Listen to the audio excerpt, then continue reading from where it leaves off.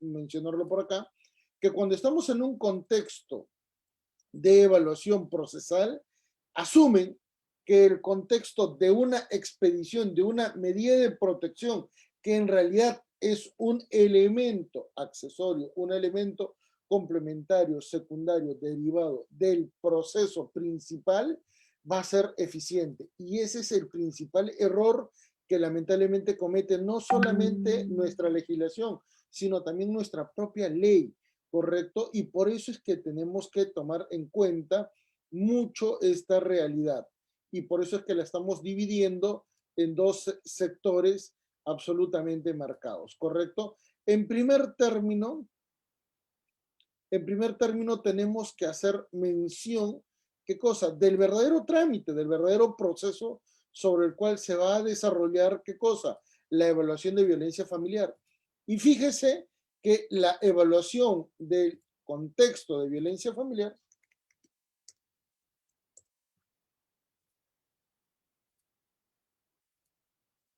la evaluación del contexto de la violencia familiar acreditada, registrada, denunciada, tramitada conforme esta legislación 30.364 va a indicar en primer trámite ¿qué cosa?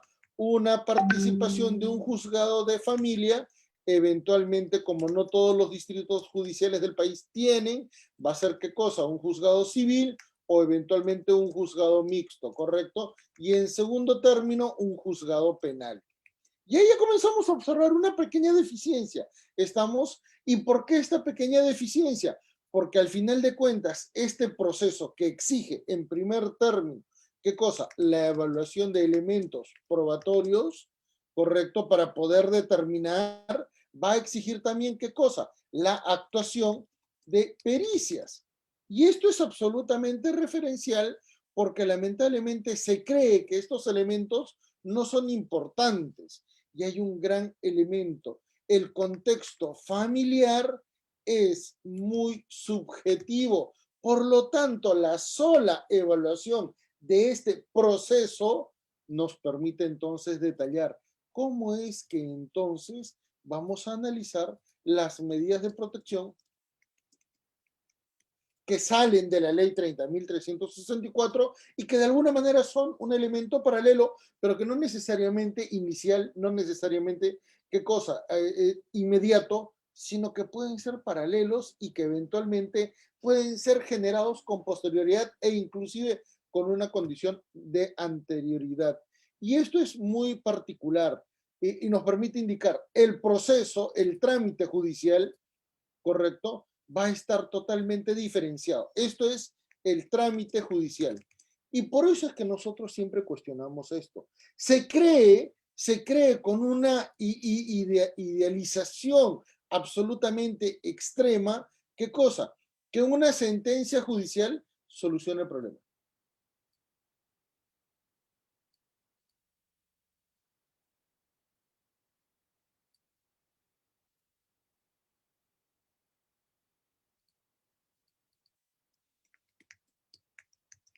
Se cree y se asume que una sentencia judicial va a solucionar un conflicto familiar. Y lo que no se toma en cuenta es que en realidad esa sentencia judicial responde esencialmente, ¿qué cosa? A un procedimiento reglado, a una condición absolutamente determinada por ley. Por lo tanto, esta sentencia judicial solamente va a evaluar, ¿qué cosa? Un elemento de formalidad. Por eso es que normalmente el trámite judicial no logra visualizar qué cosa, lo que sucede en un contexto preliminar, ¿correcto? Entonces, en esta perspectiva nosotros estamos detallando que va a surgir la importancia de poder entender que este trámite judicial necesita visualizar la realidad familiar en la cual se está generando una serie de elementos que necesitan ser expuestos. La realidad familiar no necesariamente se expresa, ¿qué cosa? En un expediente judicial. Y ese es el error.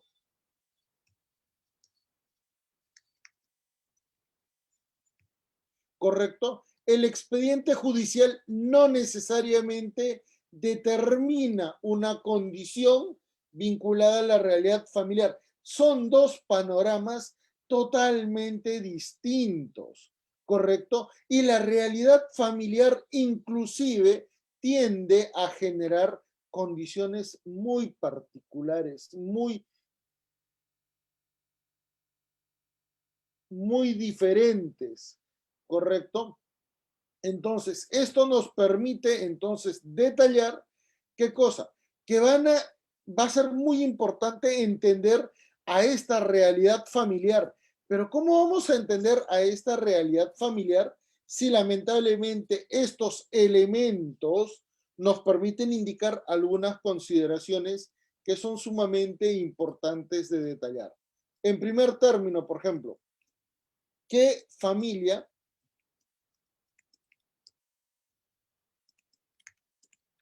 debemos proteger? ¿Correcto? Si tomamos en cuenta hoy por hoy el contexto de las relaciones interpersonales, genera una serie de situaciones que van a ser absolutamente qué cosas diferentes. Por ejemplo, una cosa es proteger a una familia matrimonial nuclear de otra que de repente es qué cosa, una familia ensamblada o que eventualmente, ¿qué cosa? Sea una familia establecida eventualmente fuera de los parámetros ordinarios, como por ejemplo la relación afectiva establecida entre dos personas que no son convivientes ni son, ¿qué cosa? Casados. Esto nos va a permitir entonces detallar que surge una gran necesidad de poder, ¿qué cosa? Identificar a las personas. Hay una necesidad de identificar las relaciones interpersonales, porque es absolutamente distinto hablar de matrimonio, es absolutamente distinto hablar de convivencia y otra cosa muy distinta de concubinato y otra muy distinta a establecida, ¿qué cosa? Entre dos personas que no son ni casados ni están en una relación de pareja. ¿Y por qué? Porque normalmente, hoy por hoy, en nuestra realidad social, son los elementos que más existen. Y hay otro gran elemento negativo de la ley. ¿Por qué? La ley asume que solo se pelean parejas. Y no se toma en cuenta que los conflictos familiares son muy extensos. ¿Y qué significa que sean muy extensos? Significa, señores, que en términos prácticos hay diferentes tipos de conflictos entre parejas, entre ascendientes y descendientes, entre personas que comparten un nivel colateral en el ámbito familiar. Por lo tanto, entender la realidad familiar, que es absolutamente diferente al trámite judicial, es el principal error, ¿correcto? Y por eso es que normalmente, ni la ley, ni la práctica judicial han tomado en cuenta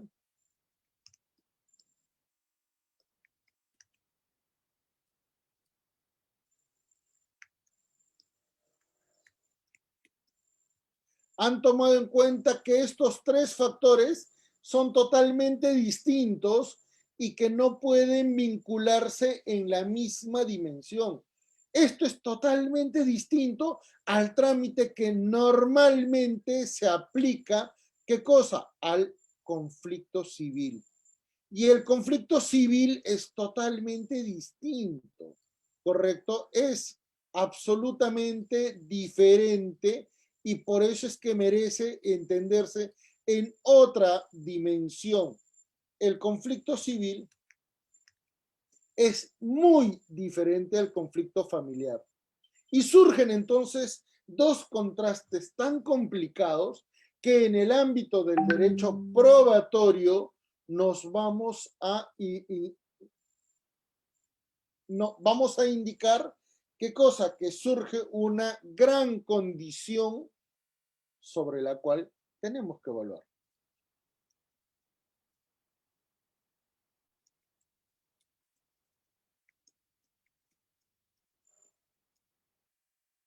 Muy bien. Entonces, sobre esta perspectiva, analicemos una segunda condición. ¿Y por qué? Si estamos observando que ni la ley, ni la doctrina, ni la jurisprudencia logran entender el contexto en el cual se desarrollan estos tres grandes elementos sobre los cuales vamos a evaluar, acá vamos a poner ley, doctrina, jurisprudencia.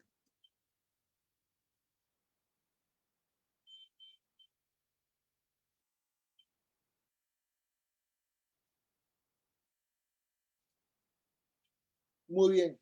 Si no logramos entender que hay un abismo entre ambos elementos, vamos a estar sumamente cuestionados y por eso es que no se logra entender el contexto del conflicto familiar en un ámbito judicial. Y esto es absolutamente gráfico porque esta diferenciación al juez no le importa, porque esta diferenciación a la ley no le genera ningún tipo de situación de controversia. Por lo tanto, tenemos que tomar en cuenta la diferenciación previa. La realidad familiar entonces nos permite indicar qué cosa, que estamos ante un panorama totalmente distinto. La realidad familiar es el principal elemento porque además, para evaluar, porque además de ahí es donde van a salir los elementos probatorios. Y esto es absolutamente determinado. Y porque no necesariamente se va a generar el mismo procedimiento o la misma situación referencial. No, señores. Lamentablemente no existe un único mecanismo de evaluación de estos contextos. ¿Y por qué?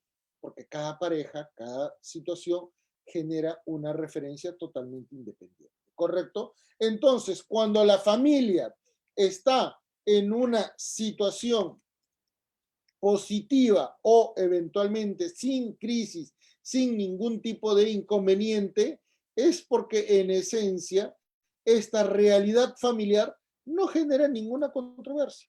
¿Correcto? Esto entonces nos permite indicar esencialmente un factor bastante positivo. Pero eso no siempre suele pasar. Se genera entonces una situación referencial sobre la cual se genera una crisis. Y esa crisis familiar no es correctamente entendida.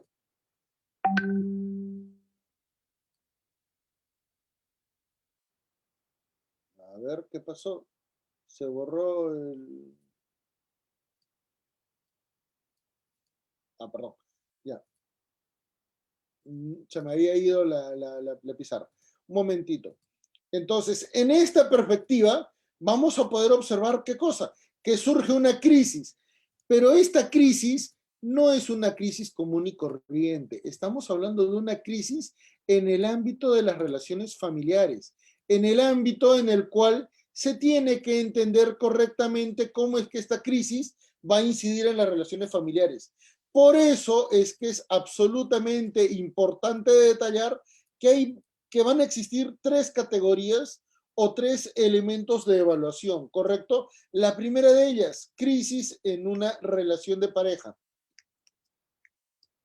¿correcto? La segunda es una crisis en una relación familiar, ¿correcto? Y tres, es una crisis en un contexto de personas que son familia en el mismo nivel. ¿A nivel qué cosa? De vínculo, ¿correcto? Por ejemplo, la crisis que se pueden generar entre hermanos, ¿correcto? Así, por ejemplo, vamos a diferenciar qué cosa, que una situación de matrimonio es totalmente distinta a una situación de convivencia y otra muy distinta van a ser las situaciones de concubinato y otra muy distinta a las relaciones propiamente dichas de pareja, ¿correcto? Pero son elementos totalmente distintos. En cambio, en una crisis en el ámbito familiar, ¿qué es lo que vamos a observar? Problemas eventualmente entre quiénes, entre un progenitor y un hijo, o eventualmente entre un ascendiente y un descendiente. Por ejemplo, los problemas que normalmente se generan por abandono a personas de tercera edad. Y esto no toma en cuenta la ley. La ley cree que solamente vamos a hablar de relaciones de pareja. Y no se da cuenta que en el ámbito familiar esto es absolutamente, ¿qué cosa? Muy extenso. Y esto, por ejemplo, se puede materializar en el tercer punto, los problemas que exponen, ¿qué cosa? Hermanos, por ejemplo, en una cuestión de sucesión, que es absolutamente objetivo, porque esto es lo que ocurre normalmente en el ámbito judicial, ¿correcto? Entonces, obsérvese que esta situación de crisis eventualmente no siempre van a generarse, ¿qué cosa? Los mismos niveles de evaluación.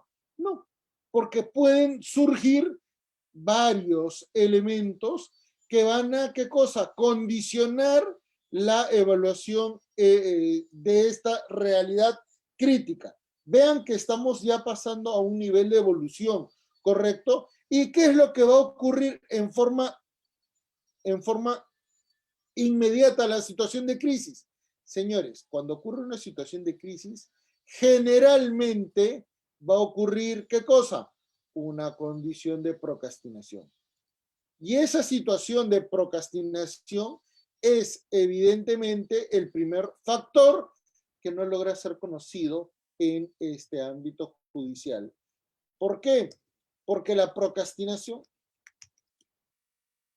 no logra ser entendida en su real dimensión porque se asume, lamentablemente se asume, que las parejas no saben qué es lo que va a ocurrir. Y esto normalmente se genera por una situación de incertidumbre. Y es porque las parejas eventualmente pueden o desarrollar una situación de impavidez, pueden generar una situación de miedo o eventualmente de desconocimiento sobre qué es lo que tienen que ejecutar, ¿correcto? Y esto es bastante gráfico porque esto es lo que usualmente ocurre en un contexto familiar totalmente disfuncional. No se le puede exigir a una persona que actúe bajo un criterio absolutamente determinado, porque normalmente no se sabe cómo va a actuar, ¿correcto? Y puede generarse una segunda condición. Esa segunda condición que nosotros la vamos a identificar es ¿cuál? Puede generarse, ¿qué cosa? Una situación eventualmente de una solución parcial. Y esto es cuando normalmente ocurren situaciones de reconciliación o eventualmente, ¿qué cosa? De una adaptación al contexto. No necesariamente negativo. Eventualmente, imaginémonos, una infidelidad va a generar un hijo extramatrimonial y el matrimonio no necesariamente se disuelve, ¿correcto? Y por lo tanto, a pesar de haberse generado un hecho que puede afectar de modo muy notorio a una pareja matrimonial, no necesariamente va a ocurrir una situación negativa. Y por eso es que es importante detallar que estas adaptaciones al contexto negativo luego no pueden reclamarse, porque el mismo Código Civil detalla que en caso de no haberse generado una condición de admisión, de trámite, de cualquier causal o condición para generar un divorcio, luego no se puede plantear, ¿correcto? Y finalmente, señores, viene la tercera de las condiciones. ¿Cuál es? Ya donde esta crisis se amplifica, ¿correcto? La crisis se amplifica y surgen nuevos elementos negativos, ¿correcto? Estos nuevos elementos negativos van a terminar provocando una nueva realidad familiar.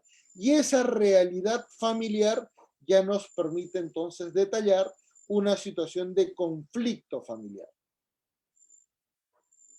Entonces, en el conflicto familiar,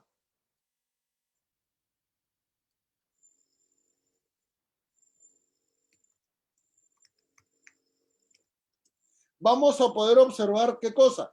Que las partes en contradicción, las partes que son familia, en esencia, familia o parejas, ¿correcto? Establecen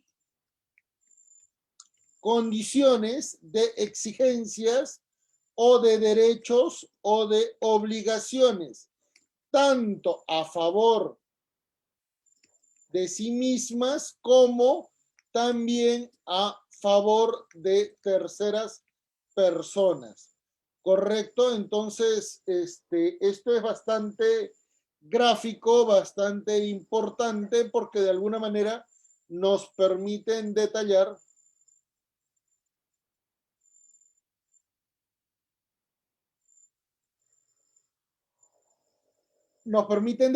que este conflicto familiar es necesario de poder entenderse en una dimensión mucho más extensa, mucho más amplia, porque evidentemente va a surgir la necesaria connotación de toda esta evaluación, porque al final de cuentas los elementos probatorios van a generarse en este momento, ¿correcto? En estas circunstancias es cuando comenzamos a detallar qué cosa, la necesidad de poder entender el conflicto familiar.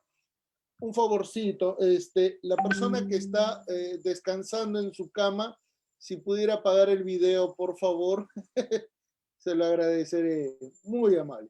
Entonces, bajo estas condiciones, vamos a poder ver que esta realidad familiar no es qué cosa, aquello que se observa en el expediente judicial. Son elementos totalmente distintos. Expediente judicial. Y esto es absolutamente importante, porque, por ejemplo, cuando comenzamos a observar la realidad familiar, que la vamos a ver en la siguiente gráfica, nuevamente vamos a poder observar qué cosa, que en el ámbito institucional, la actividad del juez va a ser sumamente esencial. ¿Y por qué? Porque este juez, correcto, va a tener que evaluar el expediente judicial, correcto, que es otro elemento totalmente distinto, va a tener que evaluar ese expediente judicial sobre la base de la actuación de dos elementos absolutamente diferentes entre sí, que son las partes en contradicción, ¿correcto? Por lo tanto, en este nivel va a tener que evaluar, por ejemplo, de la parte 1, parte procesal 1, la denuncia o eventualmente la demanda. Va a tener que evaluarse el contexto. ¿Estamos? Y en forma complementaria también va a tener que evaluar ¿qué cosa? Lo que expone la parte procesal 2. Y nuevamente la oposición a la denuncia y la contradicción a la demanda. ¿Correcto? Y vean, por favor, que en estas perspectivas estamos observando ya un contexto absolutamente procesal. Este juez, entonces, va a tener que aplicar algunos criterios de evaluación en ambos niveles, porque esto es su función, ¿correcto? Y tiene que evaluar, pero esa evaluación también está vinculada con algunos principios que deben ser absolutamente garantizados, ¿correcto? Esos principios con los cuales este juez se ve condicionado a actuar van a estar materializados en tres grandes elementos.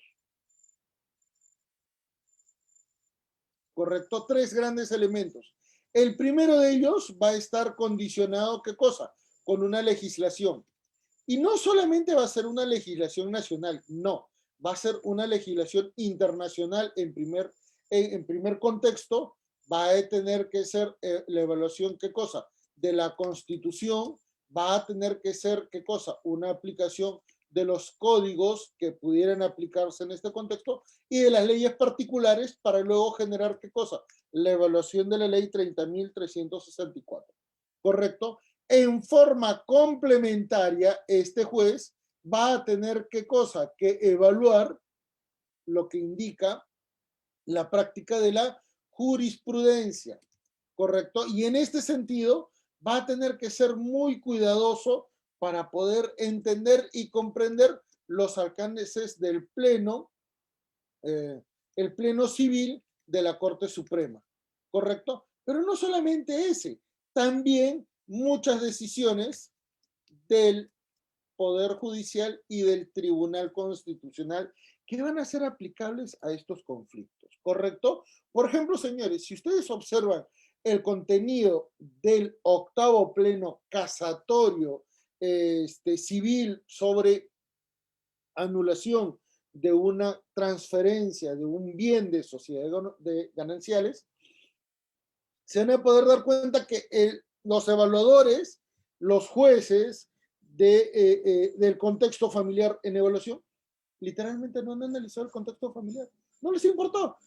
Lo único que han analizado es la transferencia, su nulidad, la evaluación del acto jurídico que genera la transferencia. Punto. No han observado absolutamente nada más. ¿Correcto? Y en tercer lugar, los jueces van a tener que evaluar qué cosa. También un contexto práctico derivado de dónde? De la doctrina. Y la doctrina en estos ámbitos es absolutamente crítica. La doctrina de familia insiste que todo esto se resuelve en función de género. Y lamentablemente ese es un error total. Gracias a esta ideología de género es que peores problemas tienen las mujeres en defender sus derechos. Porque literalmente se asume que la ley va a solucionar un problema y en realidad la ley es un documento que se expresa, ¿qué cosa? En una medida de protección y se acabó. Entonces, esta doctrina que eventualmente tiene que ser constitucional para que brinde una mejor protección, ¿correcto? Para que brinde una mejor garantía a favor de las personas, evidentemente va a proteger, ¿qué cosa? Va a fundamentar lo que son los derechos humanos y los derechos fundamentales. Pero a la misma vez, y esto mucho más importante, una visión interdisciplinaria.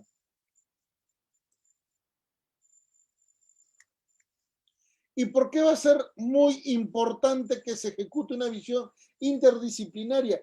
Porque hay elementos, por ejemplo, en el ámbito probatorio, que provienen de la psicología, que provienen de la asistencia social, que provienen de la sociología y que logran entender con una mejor percepción qué cosa, la labor del juez, ¿correcto? Pero estos tres elementos no solamente van a ser vinculados en esta dimensión, también va a trabajar, y por eso lo habíamos puesto en forma bastante separada, ¿qué cosa?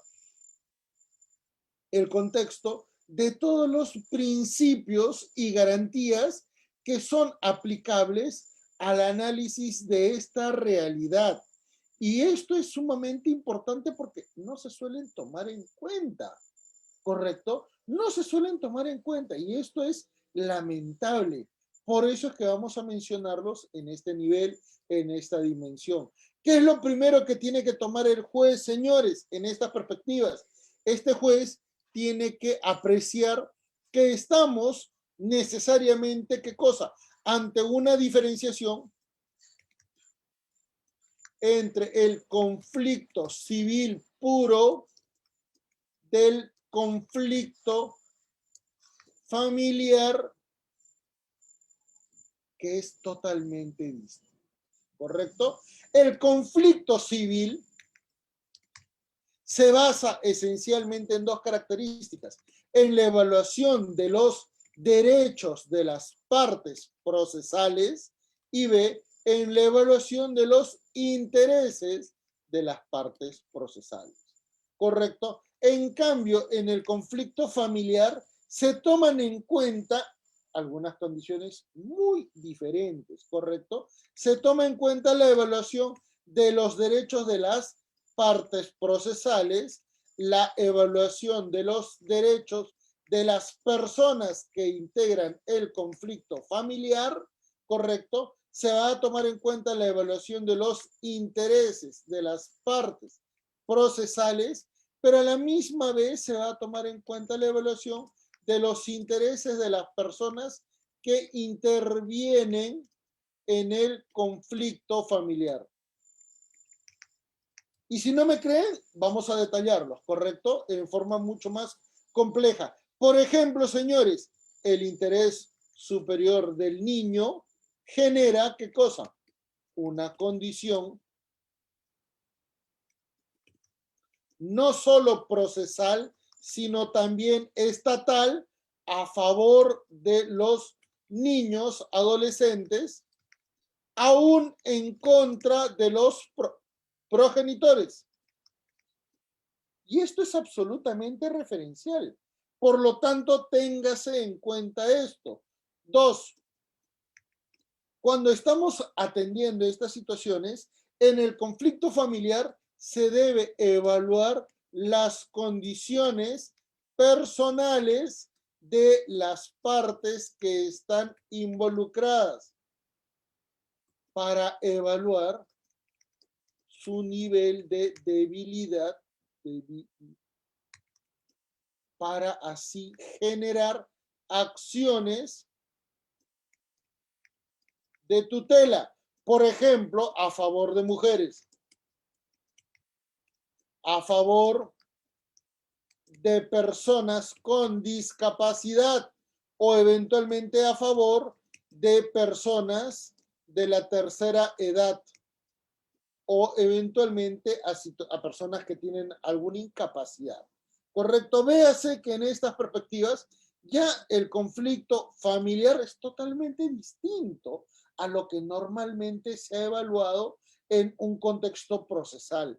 Y esto permite al juez, ¿qué cosa? Que en la evaluación de los intereses de las personas que intervienen en el conflicto familiar se pueda, ¿qué cosa? Flexibilizar la interpretación de la ley. Y este es un tremendo elemento que nos permite indicar el conflicto familiar no siempre es evaluado en un expediente. Y ese es el gran problema, ¿correcto? Por eso es que normalmente este juez no logra evaluar diligentemente, ¿qué cosa? Una acción a favor de las víctimas porque no logra interiorizar estos elementos, ¿correcto? Y esto termina afectando esencialmente a algunos principios procesales y constitucionales que los vamos a ver a continuación, ¿correcto? Entonces, en estas perspectivas, vean por favor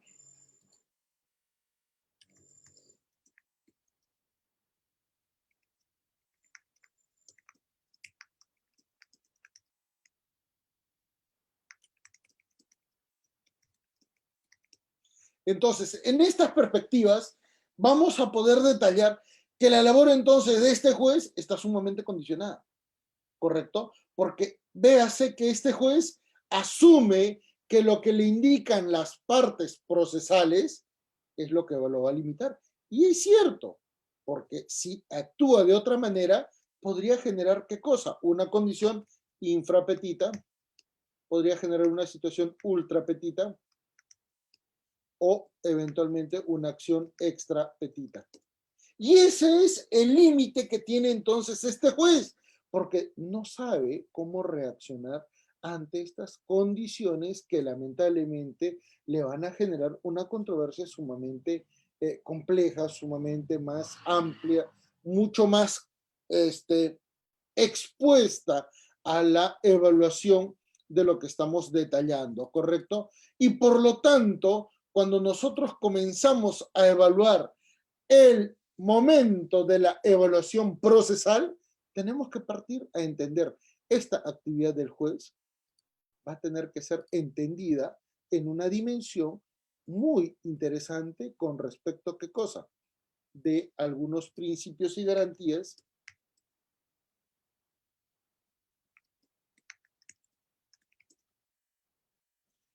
que va a tener que ser entendida en función de algunos principios y de algunas garantías que van a ser sumamente importantes de detallar.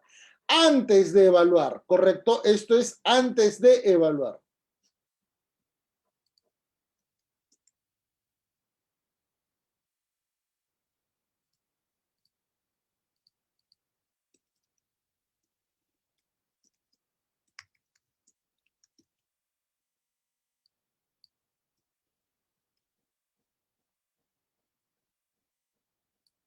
¿correcto? Antes de cualquier evaluación va a tener que ejecutar algunas acciones, como por ejemplo, va a tener que analizar las reglas aplicables al debido proceso, Y esto porque tiene que tomar en cuenta, ¿qué cosa? Los alcances de la ley respecto de la evaluación del caso en particular. Y esto porque eventualmente todos los casos van a ser absolutamente particulares y por lo tanto no puede ejecutar simples asimilaciones o equivalencias en el ámbito, por ejemplo, de una analogía, porque no resultan aplicables, ¿correcto? Y este debido proceso también tiene que ver, ¿qué cosa? Con la evaluación objetiva de un caso de naturaleza subjetiva. Y siempre, por ejemplo, muchos de las personas que se oponen a los elementos que yo expongo me dicen, Manuel, es que no se puede evaluar objetivamente algo subjetivo. Y me dicen, estás hablando tonterías, estás hablando cosas sin sentido. Entonces yo les pregunto, porque la mayoría de los que hacen son magistrados que creen tener la razón, siempre les digo, perfecto, entonces tú señálame cuando comienzas a evaluar una jurisprudencia, por ejemplo, en la cual una persona que se ha sentido ofendida, que se ha sentido afectada por un adulterio o una infidelidad, está planteando su caso fuera del plazo. No, es que Manuel, ahí el plazo se cumple.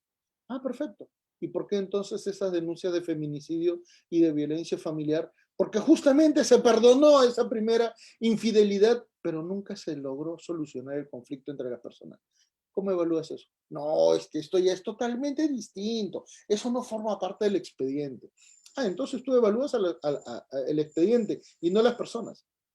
Y ahí se dan cuenta que normalmente estos conflictos en el ámbito familiar son totalmente distintos a lo que se evalúa, ¿qué cosa?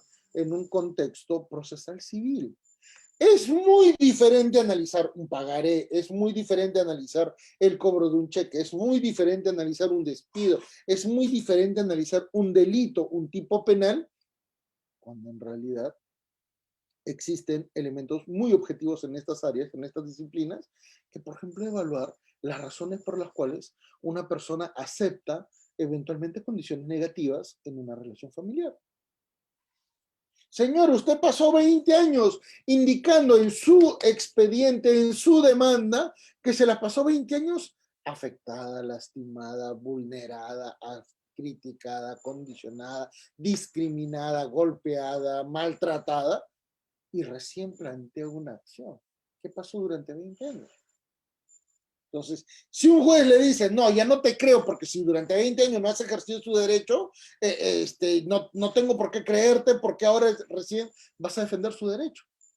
Ahí ese juez se da cuenta que lamentablemente los elementos que le suelo criticar no logran ser solucionados. Y eso cuando tengo debates con los mismos jueces, inclusive con jueces de la Corte Suprema, es bastante sensible porque no logran entender cómo es que una medida de protección, por ejemplo, no logra tener resultado. Y no la logra tener porque finalmente este juez nunca tiene una intermediación con las partes y por lo tanto no logra, ¿qué cosa? Vincular, no logra ejecutar una acción directa. Y esto es bastante especial, ¿correcto? Luego, en segundo punto, tutela judicial efectiva. Y acá lo que normalmente se suele creer es que estamos hablando de que el juez imparte justicia. No, señores. La tutela judicial efectiva debe entenderse con respecto a la accesibilidad a mecanismos de justicia. Y estos mecanismos inclusive son, ¿qué cosa? Prejudiciales. ¿Y por qué? Porque lamentablemente en contextos de violencia familiar vamos a poder observar qué cosa, que existen diferentes condiciones en las cuales, por ejemplo, maltratos físicos o eventualmente violaciones sexuales o atentados contra la indemnidad sexual no logran ser atendidos diligentemente. Es más, vean por favor en Google, y digo Google para que vean que esto es absolutamente objetivo, vean recursos de nulidad en temas de jurisprudencia sobre indemnidad sexual, violación a niños, niñas, adolescentes, y se van a poder dar cuenta que la Corte Suprema no tiene un criterio objetivo. En muchas sentencias, en muchas resoluciones de nulidad y en casaciones inclusive, la Corte Suprema detalla, los niños tienen que tener una diligencia al momento de declarar. ¡Ah, caray!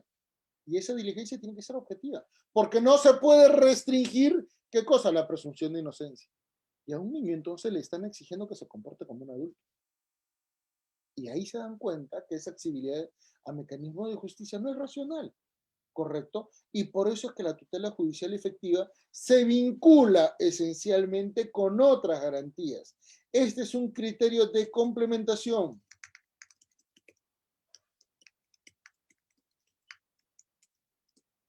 Con otros elementos, como por ejemplo, señores, la evaluación del expediente judicial en función a estos, ahora sí miren, principios. Por ejemplo, evaluación del caso en un plazo razonable.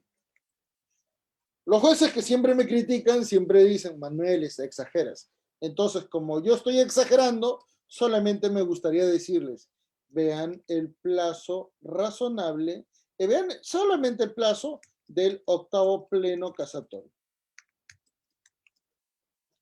¿Qué pasó? 2012, primera, la demanda. 2015, casación y audiencia de casación para las partes procesales. Y del 2015 al 2020, literalmente, ¿qué cosa? 5 años después, para poder expresar una condición que además ni siquiera ha sido bien validada, ni siquiera ha sido bien aceptada por la doctrina nacional, porque ha recibido críticas durísimas en todos los sentidos. ¿Correcto? Para que vean que un pleno que debería ser absolutamente objetivo, que debería ser un elemento tan sólido, no ha sido. No. Es más, lo han cuestionado. Y ahí ustedes se van a dar cuenta que profesores del área de Derecho Civil sencillamente lo han desacreditado a un nivel que literalmente han considerado ese pleno casatorio como irrelevante. Un pleno que tomó 5 años. Y ahí se dan cuenta cómo es que entonces la justicia peruana evalúa los conflictos familiares.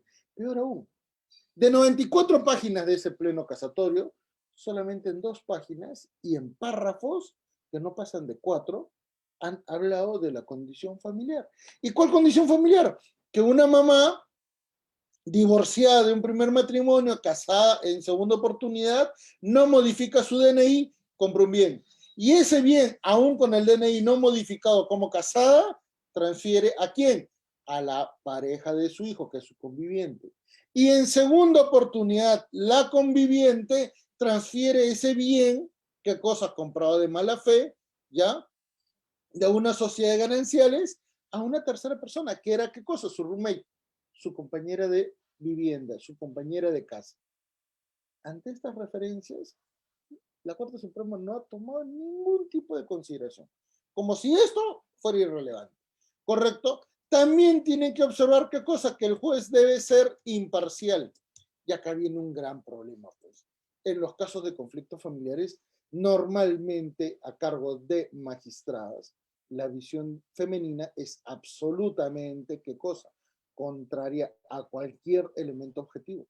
Es más, si ustedes comienzan a observar los casos de alienación parental, los casos de padrectomía, los casos de violencia psicológica e inclusive física de la madre sobre los hijos, cuando no existe el papá en el mismo hogar, se van a dar cuenta que nunca son ni siquiera admisibles.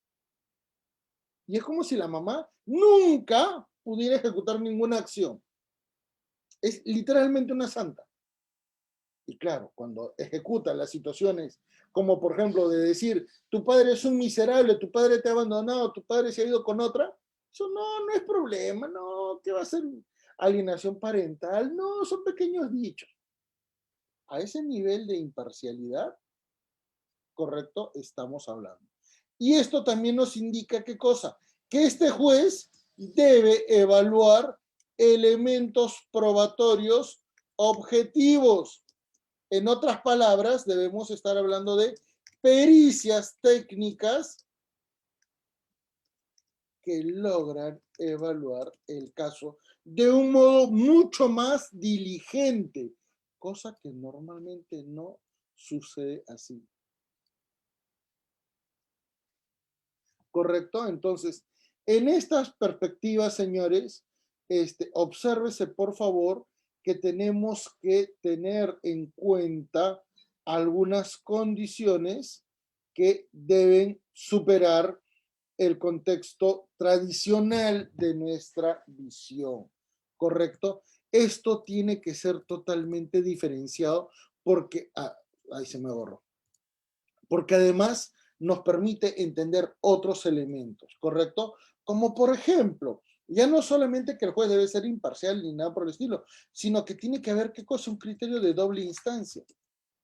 Y esto es bastante gráfico porque en el ámbito nacional, la doble instancia en casos de violencia familiar no suele generarse, ¿correcto? Estas situaciones de doble instancia en el ámbito de situaciones de violencia familiar, por lo general, generan procesos paralelos o procesos complementarios. Y esto es bastante gráfico, ¿correcto? Esto es bastante gráfico. La gratuidad del acceso a la justicia nos permite indicar que lamentablemente para una persona que tiene condiciones severas en lo económico, no siempre se va a lograr materializar, ¿correcto?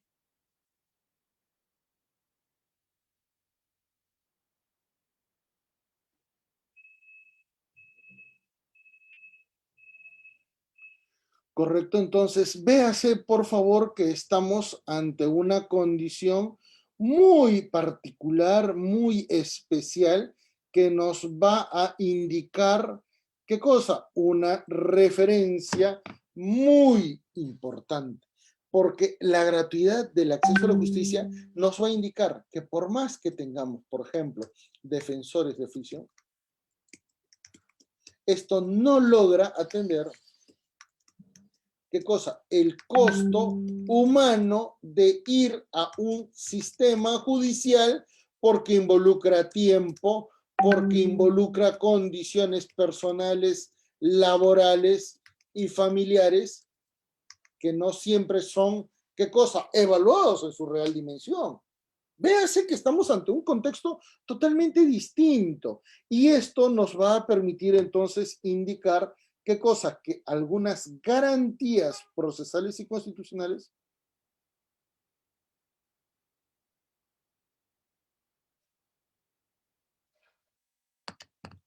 esto nos va a permitir tener otras condiciones, como por ejemplo, señores, vamos a tener que ver que va a tener que generarse una predictibilidad judicial. Y esto en familia es casi imposible. Las partes procesales no logran entender cuál va a ser el resultado de su proceso. Y esto genera mucha incertidumbre y por eso es que normalmente no observan bien la tutela judicial efectiva. ¿Correcto? Y esto puede indicarnos muchos problemas, muchos inconvenientes.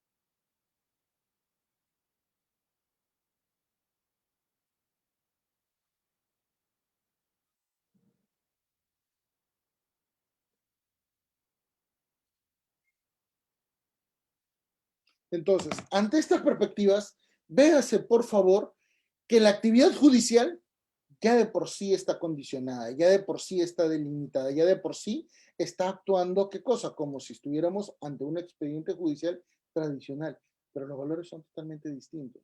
Y esto nos permite entonces indicar, ¿qué cosa? Que esta actividad judicial va a tener, ¿qué cosa? Que entenderse, que evaluarse en una perspectiva totalmente distinta. Porque el proceso civil es totalmente distinto al proceso familiar. Y vamos a verlo en una medida mucho más extensa para que ustedes vean las grandes diferencias, ¿correcto?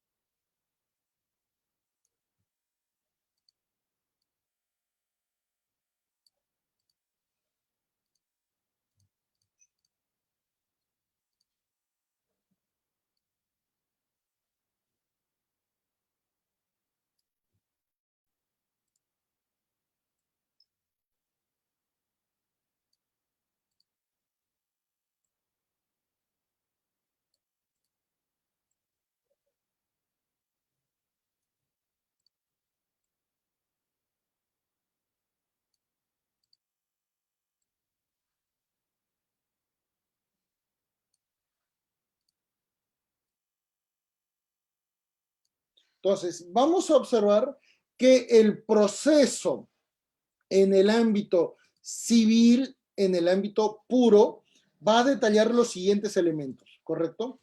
Esto es lo aplicable al ámbito del proceso civil puro, ¿correcto? Y este proceso civil puro va a detallar algunas condiciones que lo van a hacer sumamente diferentes. ¿Qué cosa? Al contexto que estamos evaluando, ¿correcto? El primero de ellos, señores, acá estamos hablando, ¿qué cosa? De una acción de parte. Por lo tanto, la demanda o la denuncia siempre va a generar el impulso procesal. Un criterio que no necesariamente es válido en el ámbito de conflictos familiares. Y recuerden que cuando ya estamos hablando de un proceso penal, la víctima deja de tener ese espacio. ¿Y por qué? Porque el Ministerio Público es el que participa. ¿Correcto? La víctima es un tercero civil. Véase que en este contexto las partes procesales están influenciadas en primer término. ¿Por qué? Por la condición de tener legitimidad para obrar y para tener, ¿qué cosa? Interés para obrar. Que son elementos totalmente distintos, ¿correcto? Los plazos para ejecutar una acción procesal están establecidos en la legislación. Por lo tanto, no hay un criterio como para poder indicar, señores, que estamos ante una condición totalmente diferente a la que eventualmente pueda generarse en otro ámbito. ¿Correcto? Vean entonces, señores, que estamos ante referencias absolutamente procesales. Otro elemento muy procesal, los elementos procesales, en esencia, deberían ser presentados por las partes, pero la ley reconoce la posibilidad, y en realidad es una exigencia, de actuar elementos probatorios de oficio. ¿Y por qué? Porque normalmente las partes procesales no pueden actuarlas. Es muy complicado para las partes procesales ejecutar y evaluar sus propios elementos probatorios. Le es difícil. Por ejemplo, si una persona es víctima de violencia familiar, ¿cómo es que entonces va a ir ante un médico, una clínica, un hospital a someterse a las evaluaciones para poder luego ir recién a un juzgado o a una dependencia policial o fiscal para indicar, miren, he sido agredida, he sido víctima? No, ¿correcto? Y esto normalmente indica ¿qué cosa? Que el trámite es absolutamente formal. Por lo tanto, al ser un elemento formal, ya comenzamos a observar que es muy diferente, ¿qué cosa? Al contexto del conflicto familiar, que es totalmente distinto, ¿correcto? Y comencemos a evaluar punto por punto.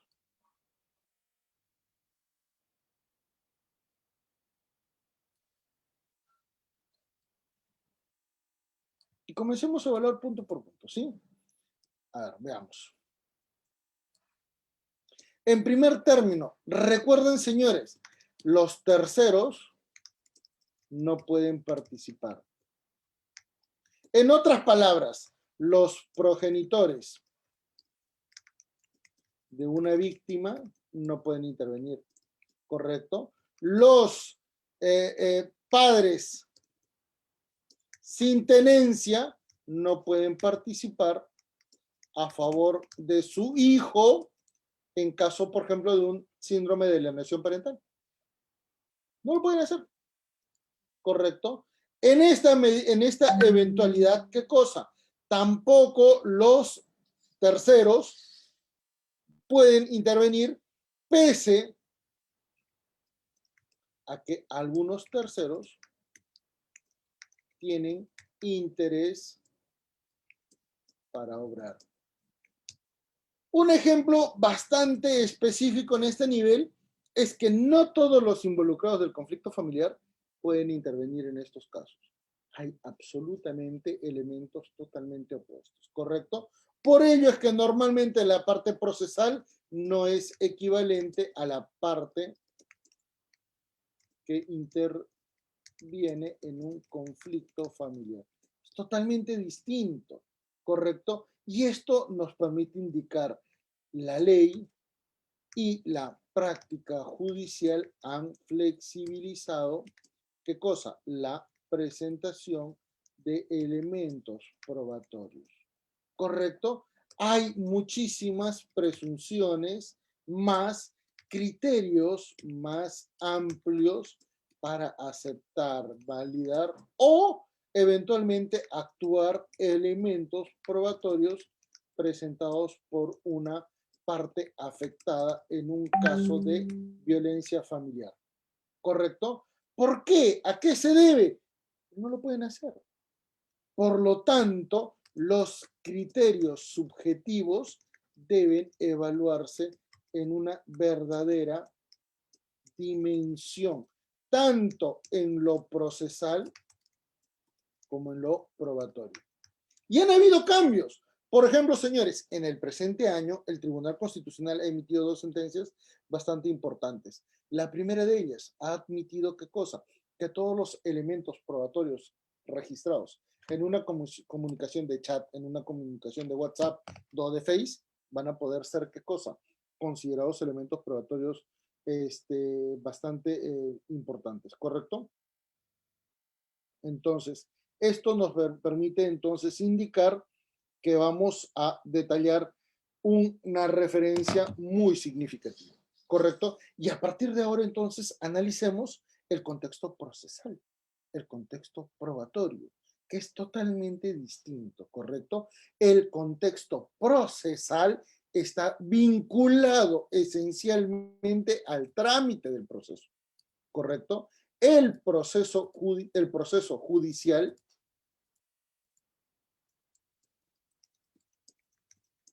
está vinculado, ¿qué cosa? Al trámite del proceso. Y por eso es que normalmente hay algunas condiciones que tienen que ser evaluadas en una dimensión totalmente distinta. Por ejemplo, en el ámbito de ¿qué cosa? La admisibilidad de un recurso.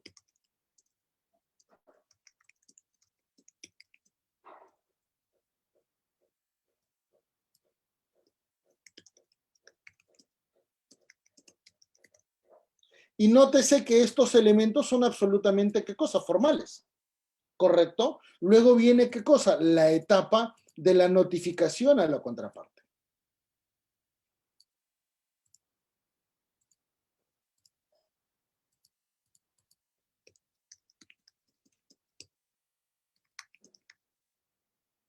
Y luego de la notificación, donde puede haber un nivel de oposición, o porque eventualmente puede haber una situación de allanamiento, o inclusive una situación de reconciliación, porque suele pasar, ¿correcto?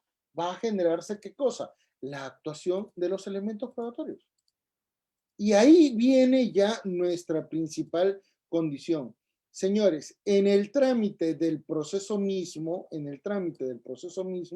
los elementos probatorios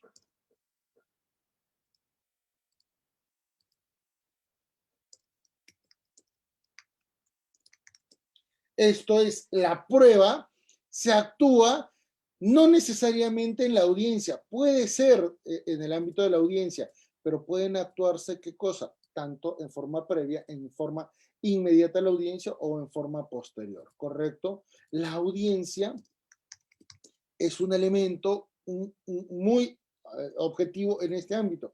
Pero también, ¿qué cosa? También se van a presentar en esta instancia, ¿qué cosa? El propio trámite. ¿Y por qué? Porque muchas de las personas que están involucradas en estos conflictos presentan, ¿qué cosa? De documentos escritos. De alguna manera tratan de generar una convicción a la actuación judicial. Luego viene una etapa, señores, de evaluación, porque en estos casos también interviene ¿quién? El Ministerio Público, ¿correcto? Y el Ministerio Público tiene que tomar en cuenta, ¿qué cosa? Algunas situaciones que van a ser sumamente gráficas. La evaluación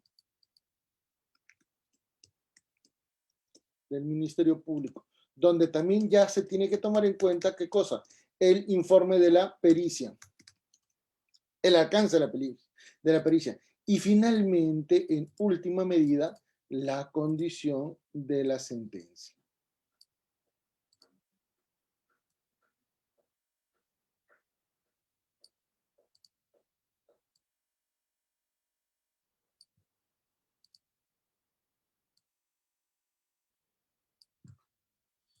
Vean entonces que estamos hablando de términos totalmente distintos, ¿correcto? Eso es en el trámite del proceso judicial, pero el análisis de la prueba es totalmente diferente. El análisis de la prueba nos permite indicar que tenemos que tener en cuenta diferentes elementos. ¿Y cuáles van a ser esos elementos que van a ser muy importantes? El primero de ellos, ¿cuál va a ser, señores? Los elementos probatorios que las partes presenten al trámite del proceso. Normalmente no se va a exigir una condición bastante extensa, no. Estos documentos van a ser bastante flexibles en cuanto a la declaración. ¿Y por qué? Porque normalmente en este nivel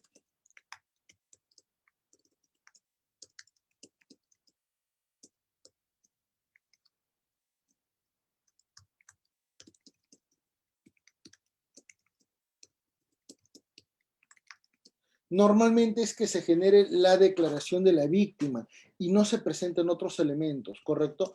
Lo usual, lo que debería ser usual eventualmente es ¿qué cosa? La acreditación de algún elemento probatorio. Y sí, en estos casos también en forma bastante usual es ¿qué cosa? La acreditación de una prueba pericial preliminar que acredita, por ejemplo, una situación de violencia familiar. ¿Correcto? Informe pericial a nivel de médico legista. Y esto es bastante particular.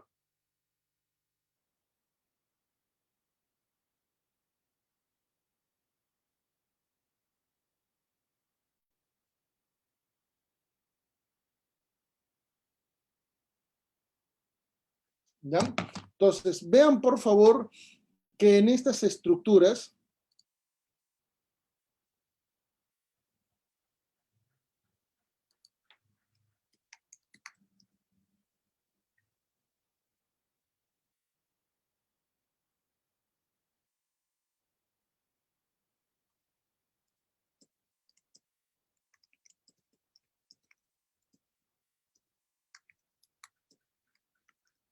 muy bien, entonces en estas referencias observen que las pericias van a tener otra dimensión. En segundo lugar, la pericia técnica. Y en tercer lugar, va a ser ¿qué cosa? La evaluación de la asistencia social, que son totalmente distintos, ¿correcto? En el ámbito de la pericia técnica, por favor, obsérvese que vamos a hablar de dos niveles, ¿correcto? De dos niveles. Primero es la pericia psicológica. Y la pericia psicológica normalmente evalúa, ¿qué cosa? El comportamiento, las condiciones personales. ¿De quién? De las dos partes. Esa es la pericia psicológica, ¿correcto? La pericia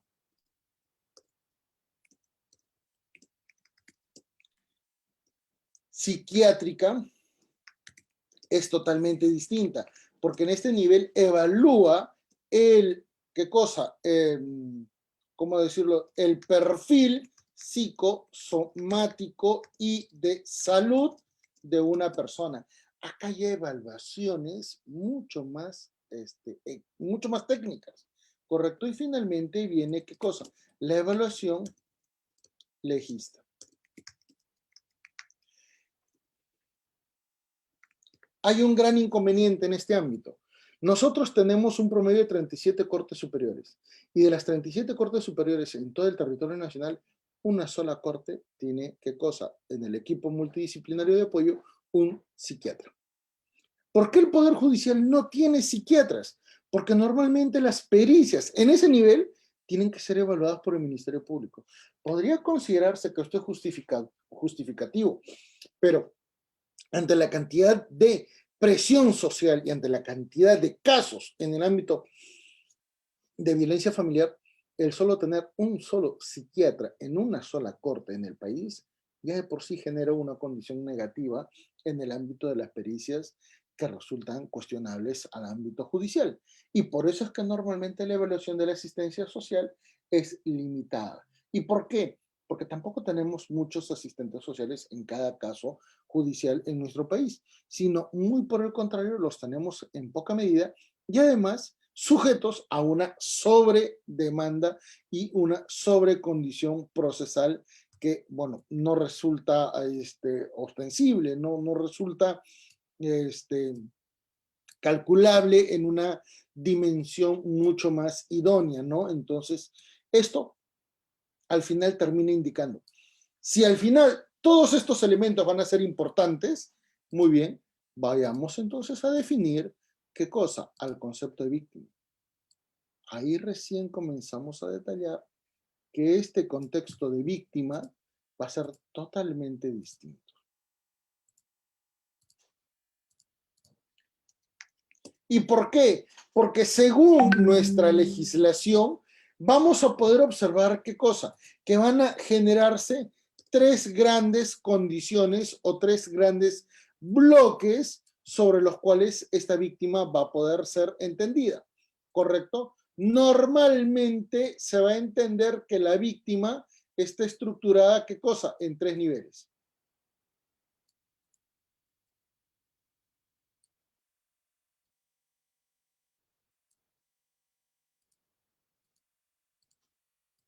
Mujeres,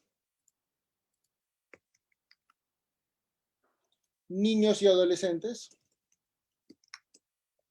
tercera edad. Los varones no están por acá, ¿correcto? Los varones no están por acá. En otras palabras, condiciones que eventualmente pueden ser muy importantes, como por ejemplo el contexto económico, ¿correcto? El contexto de las relaciones familiares, el contexto eventualmente de la temporalidad del caso, eventualmente las situaciones de variabilidad de las condiciones personales, por ejemplo, un divorciado, una divorciada, eventualmente un separado, pero que ya generó una convivencia con una tercera persona, no son tomados en cuenta. Normalmente la ley genera esta prevalencia y esta condición y por eso es que normalmente vamos a poder observar qué cosa, que las medidas de protección van a darse en una forma absolutamente negativa. Por eso es que fallan las medidas de protección. Las medidas de protección no fallan porque hay mucha violencia. Las medidas de protección fallan porque el mismo proceso no logra entender las características muy particulares de cada caso. ¿correcto? Y en este sentido, vayamos a detallar que estas medidas de protección son aquellos mecanismos procesales destinados a neutralizar, minimizar, condicionar negativamente, ¿qué cosa? Los efectos nocivos de la violencia en una relación familiar, asegurando la tutela de derechos de la víctima. Pero un momento, ¿qué víctima?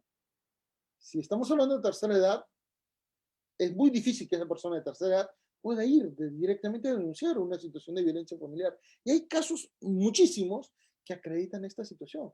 Por eso que los hijos, cuando hay bienes patrimoniales de los progenitores, se pelean por estos bienes, ¿correcto? Y ahí se genera una condición negativa que puede ser vinculada, por ejemplo, a los contextos de nulidades de transferencias, problemas de sucesiones, problemas de anticipo de herencia, ¿correcto? Y esto es bastante gráfico.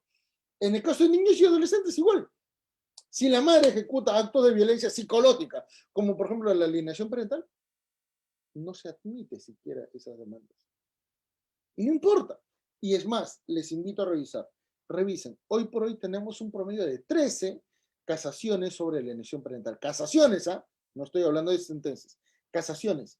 Y de las cuales solo en una se varió la tenencia a favor del progenitor que no tenía la tenencia. Ese único caso hacía ¿quién? La violencia psicológica, el padre sobre los hijos.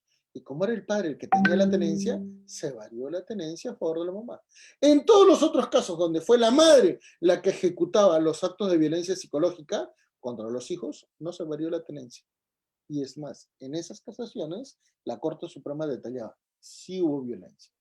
Y es contradictorio, porque si hubo violencia, el ámbito argumentativo para poder determinar la sentencia final indica que no pasa nada, que se quede con los hijos, la mamá. ¿Correcto? Por lo tanto, estas condiciones de medidas de protección establecidas por la ley 30.364, más el decreto supremo, el 009 del 2016, Ministerio de la Mujer, ¿correcto? Establece dos medidas muy importantes. La primera de ellas, que se dicte una medida de protección, ya sea porque sea un juzgado de familia, civil o mixto. Recuerden que no todos los juzgados, no todas las cortes superiores tienen juzgados de familia, y es más, en el país de 37 cortes, solamente 8 tienen juzgado de familia, con lo cual ya vemos que hay pues una severísima condición administrativa en este sentido, ¿correcto? Y en segunda instancia se ejecuta y se impone una sanción, ¿correcto? Porque ya se ejecutó una etapa de investigación y ya se ejecutó una etapa de juzgamiento. Y en la etapa de juzgamiento pueden determinarse cosas absolutamente absurdas. Y digo absurdas no por contradecir a la tutela de la víctima, no, contradecir al propio sistema procesal, porque finalmente recuerden que esta medida de protección son incidentales. Y miren la gráfica, son parte, ¿qué cosa? De un proceso judicial. Por lo tanto, el no entender esto y al darles un carácter autonómico va a condicionar ¿qué cosa? Problemas en el ámbito de la aplicabilidad o comparación con medidas, por ejemplo, cautelares o medidas de autosatisfactivas. Son diferentes, ¿correcto? Por eso es que a veces cuando se dicta una medida de protección en la que se le obliga al agresor a retirarse del domicilio, no tiene sentido. ¿Y dónde va a ir ese agresor? ¿Correcto? El impedimento de acercamiento. ¿Cuántas veces han podido observar que la víctima y el agresor luego regresan y retoman la relación familiar y no pasa nada? La prohibición de comunicaciones. ¿Y ustedes creen que realmente lo cumplen? No, pues esto es absolutamente gráfico, ¿correcto? Entonces, esto tiene que evaluarse en una dimensión totalmente novedosa y por eso es que tenemos que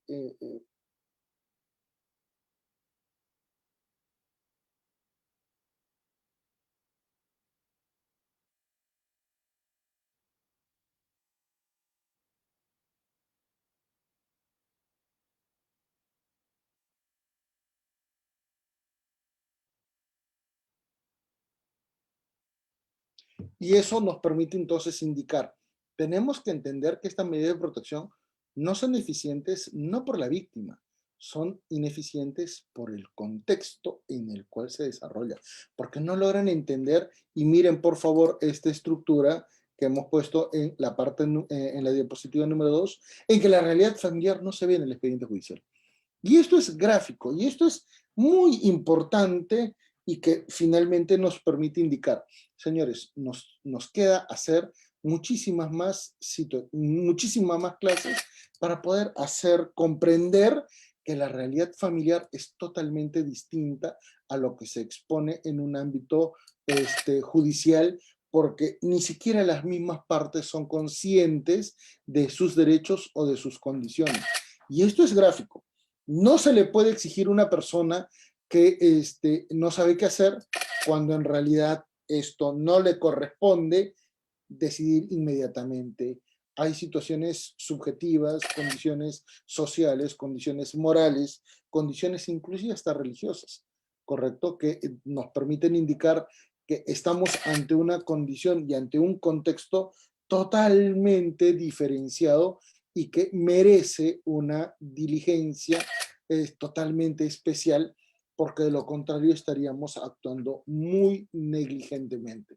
Eventualmente, yo termino la exposición para poder dar pase a algunas preguntas y encantado de poder atender estas inquietudes con el mayor de los gustos.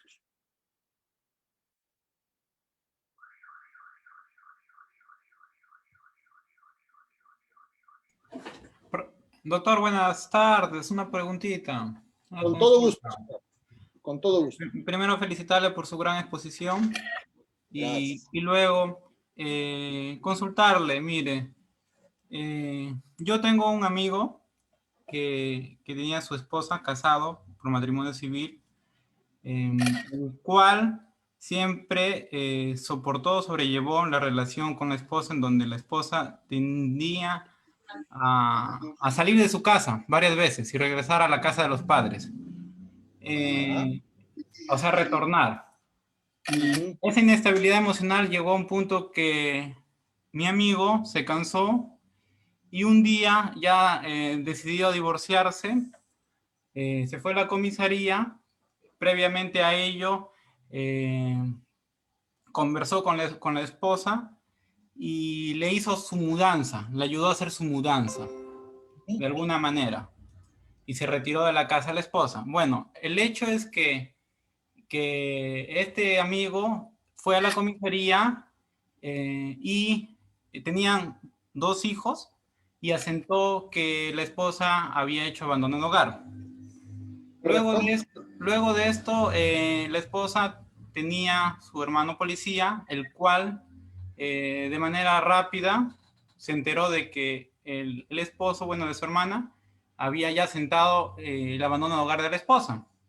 Ujú. Y es que allí, luego de eso, la esposa, sabiendo que tenían una conciliación de patria potestad, eh, tenencia y régimen de visitas, que habían hecho una conciliación previa, pero que vivían juntos de alguna manera, se atrevió a denunciarlo, a demandarlo por alimentos, por tenencia, inclusive lo denunció por violencia familiar, violencia psicológica, violencia económica y violencia física.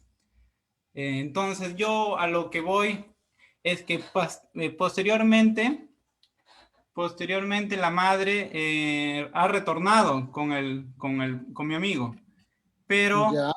pero mi amigo con la idea, no sé si equivocada, dice, buscando que los hijos vivan en un entorno de padres, ha retomado la relación, pero en su casa ya no viven como esposos, cada uno vive en un cuarto diferente y cada uno se responsabiliza de uno de los hijos y sobrellevan esta vida. El tema es que él piensa, no sé si equivocadamente, que a largo plazo pueda pedir luego, demandar divorcio y luego pedir la tenencia de uno de ellos.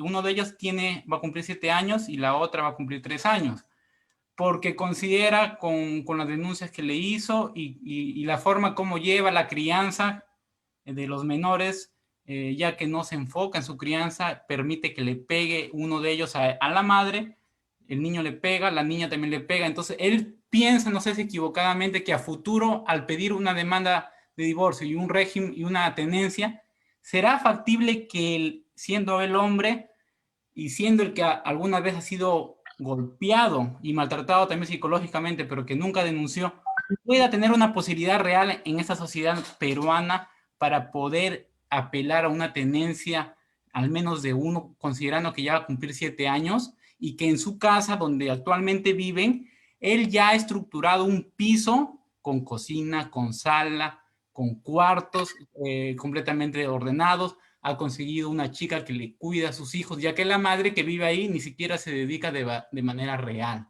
¿Qué tan factible, de acuerdo a su gran experiencia, tiene, podría aconsejar para yo tal vez A ver, trasladarle eso a mi amigo que anda a afligido? ver, a ver, es bastante complicado. Primero lo primero, eso de que es bueno que los hijos vivan en ambientes de donde están los dos papás es un error.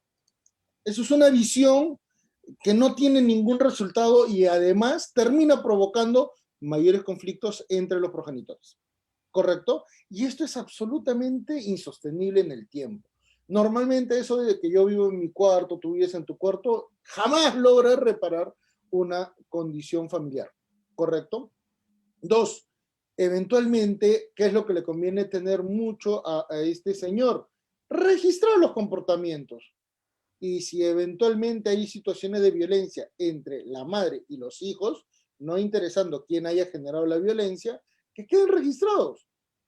Y si bien es cierto, el papá tiene el 1% de ganar una victoria en el ámbito de tenencia, normalmente en provincias, como los jueces tienen una mayor posibilidad de conocer a las personas, logran ser mucho más justos.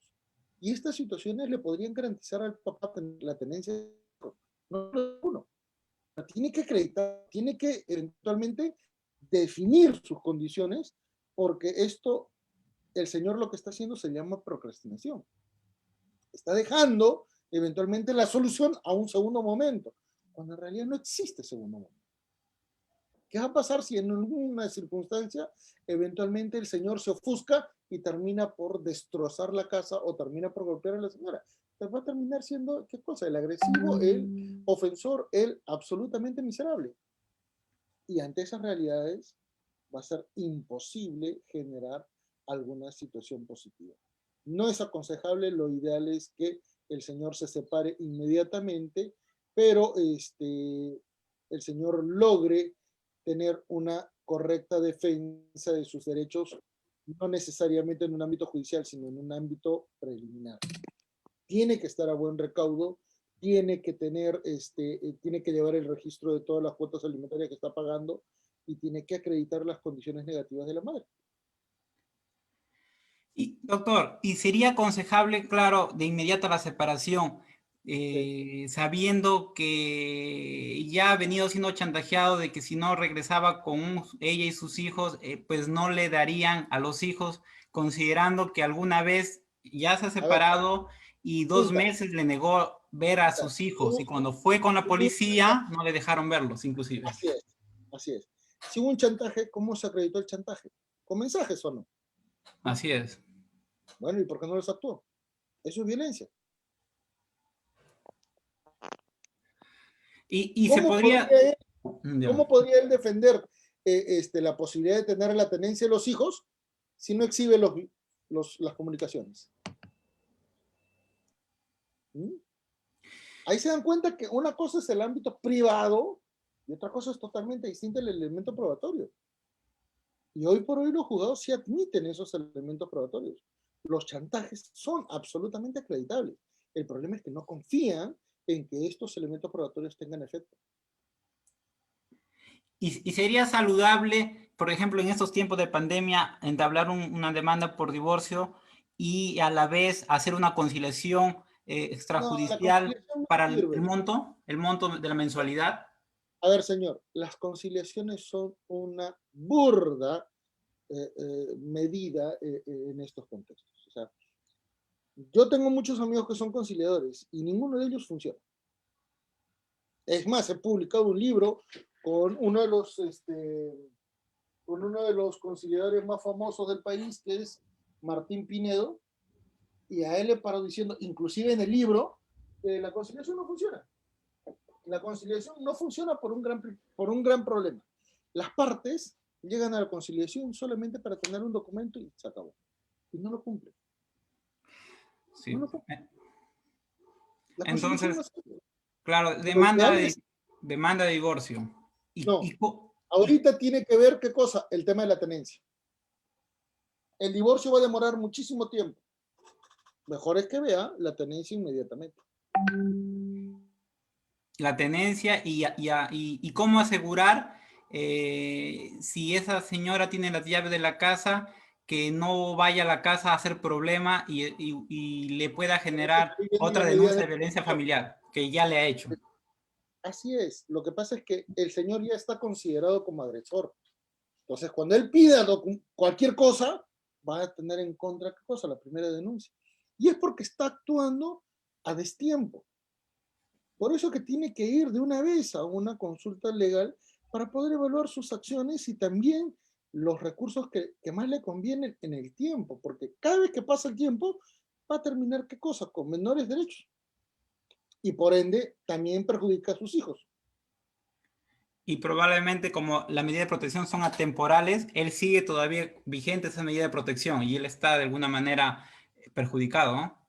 Así es, pero ya Mm. tiene que ponerse las pilas porque lamentablemente si no, no va a tener ningún resultado. Muchas gracias, doctor, por su excelente respuesta.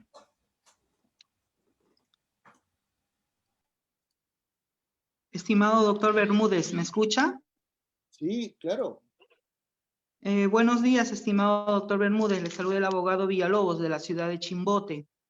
¿Cómo están? Mi pregunta es enfocado respecto a los elementos probatorios dentro de un proceso judicial, específicamente en el tema de violencia familiar. Hace unos momentos estaba escuchando muy atentamente su exposición, que en primer lugar lo felicito porque nos ilustra muchísimo en cuanto a su experiencia que usted ha tenido a lo largo de su trayectoria como abogado. Y también en parte difiero muy respetuosamente en lo que usted manifiesta al decir de que en provincia los jueces, bueno, quiero pensar yo, que no en su totalidad son muy probos o son más sensibles frente a estos temas de violencia. Puesto que específicamente aquí en la ciudad de Chimbote o en la Corte Superior de Justicia del Santa, los jueces de familia actúan en contra de los principios que establece la ley 30364, temas o normas que protegen a la violencia contra la mujer en primer término y también en segundo término al grupo familiar en donde están encontrados o amparados los varones, como tíos, primos, hermanos, cuñados, padres, hijos, etc. En este punto, por ejemplo, he tenido un caso que está todavía en apelación, que por ejemplo, en un proceso de violencia psicológica no acreditado, a pesar que la psicóloga del equipo multidisciplinario de la misma sede judicial que he mencionado, concluyó en su informe psicológico que el presunto agraviado, en este caso el esposo de una patrocinada, refería que había sido objeto de violencia psicológica en la vía pública. Pero en el informe referido, la psicóloga del equipo multidisciplinario manifestó que el señor concluía que no presentaba indicadores de afectación psicológica por los hechos que denuncia. Pese a ello, restándole valor probatorio, la magistrada del segundo juzgado de familia, a pesar que la ley en el artículo 26 de la ley 30364 y sus demás modificatorias establece que todos los informes psicológicos practicados por las instituciones públicas dentro del territorio del Perú tienen valor probatorio en tema de violencia familiar. Teniendo ese informe psicológico como valor probatorio, le resta el valor probatorio y sin embargo, sin tener afectación, le concede medidas de protección. Y después de 2 días, por los mismos hechos, cuando su esposa del supuesto agraviado denuncia violencia psicológica por la carga procesal, llegó posterior a esta primera denuncia que maliciosamente realizó este señor, contaba la jueza, la misma jueza cayó en sus manos este expediente, ahora por la esposa, en donde sí tiene un informe del Centro de Emergencia Mujer, en donde manifiesta que tiene afectación psicológica, por esos hechos te denuncia, pero la jueza no le da medidas de protección a la esposa, teniendo en sus manos el informe psicológico. Y hoy en día, como sabemos, las mismas reglas del juego del proceso de violencia contra la mujer establece que en el proceso sancionador se tiene que elevar el expediente a una fiscalía penal de turno. Ahora, esta fiscal, independientemente de su género, a la esposa que es víctima la vuelve a revictimizar por segunda vez, poniéndole un apercibimiento de que si no pasa un examen o la pericia psicológica por el perito de medicina legal del Distrito Fiscal del Santa, va a ser denunciada bajo el apercibimiento del artículo 21, que establece denunciar a la persona por desobediencia y resistencia a la autoridad. Y al agresor no le pone ningún apercibimiento, le da un aspecto facultativo, si quiere o no que pase la pericia psicológica, a pesar que tiene las pruebas en sus manos, que no tiene afectación, a pesar que se le ha determinado por el mismo informe psicológico de la psicóloga del equipo multidisciplinario, que dice que el señor en su aspecto, en su área personal, es un conflictivo, es una persona poco tolerante, que es muy explosivo, no quiere ver su perfil. Pero pese a estas contrariedades que se está dando aquí, porque lamentablemente es vergonzoso para nosotros, para todos y todas, que sabemos sobre las normas de violencia, a quien se tiene que proteger independientemente de su género, es a la persona que es verdaderamente víctima de violencia. Pero sin embargo aquí en Chimbote se está administrando la justicia en estos términos totalmente en contra a las normas del debido proceso, atentando los derechos de las personas sin permitirles tener un acceso a la tutela judicial efectiva para prevalecer o, entre comillas, restablecerles los derechos fundamentales que han sido transgredidos. La sala civil ha ratificado la apelación en donde se le niega a la esposa de este señor que no tiene afectación, y a ella que sí tiene afectación le han rechazado en segunda instancia basándose en antecedentes. Como la señora ha sido denunciada maliciosamente por el esposo, no consideran ellos los vocales de la sala revocar esas medidas indebidamente concedidas a su esposo de la agraviada.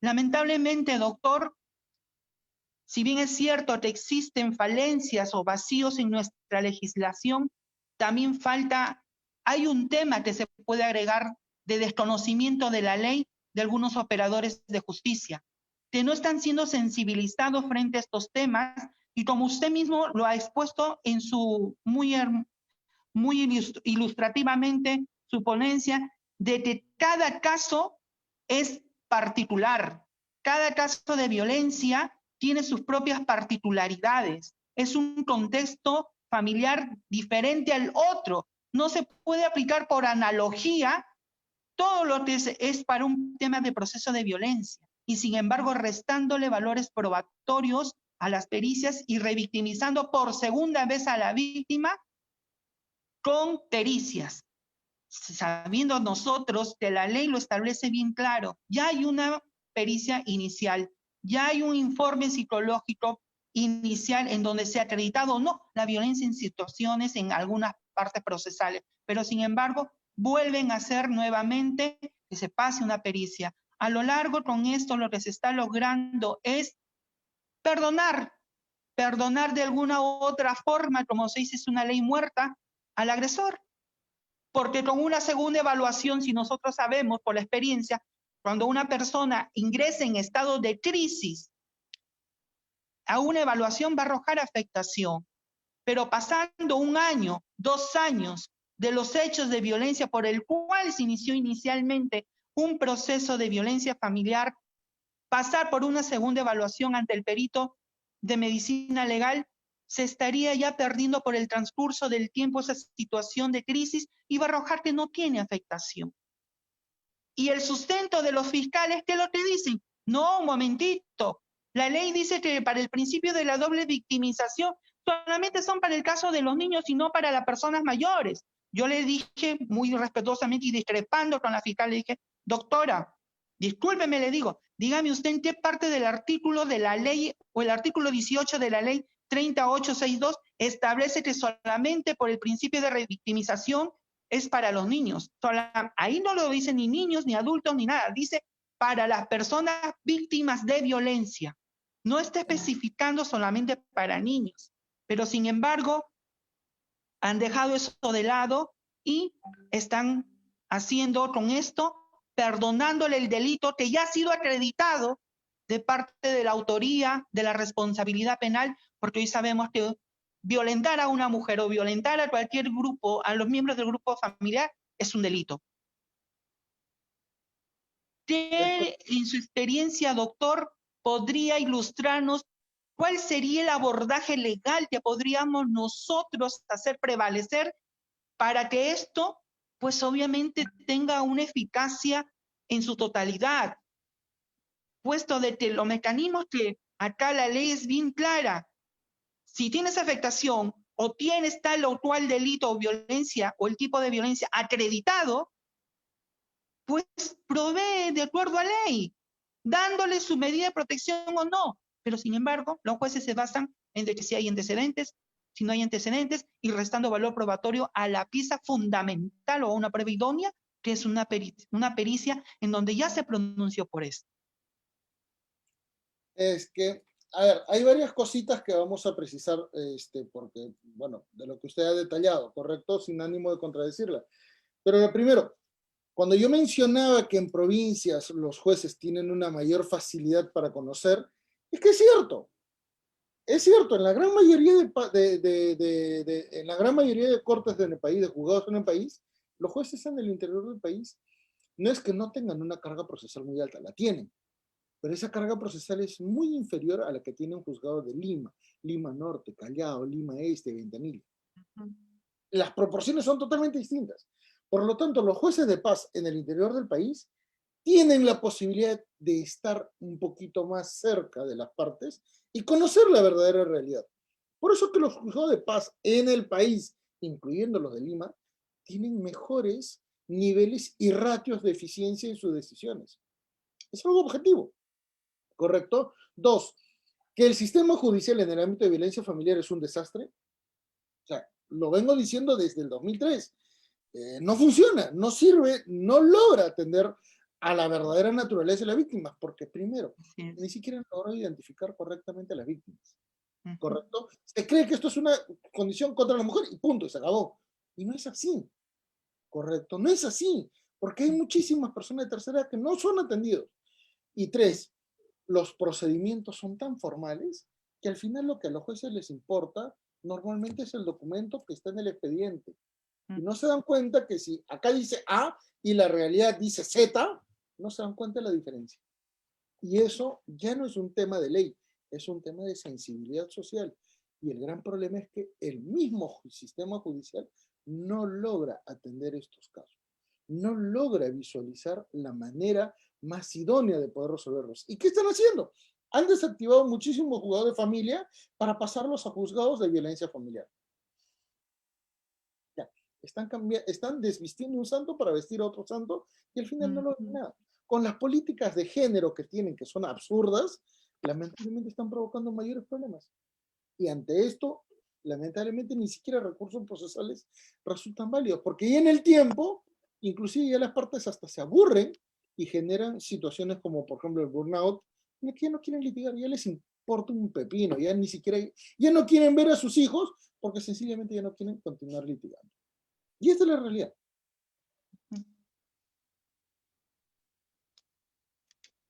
Esta es la realidad.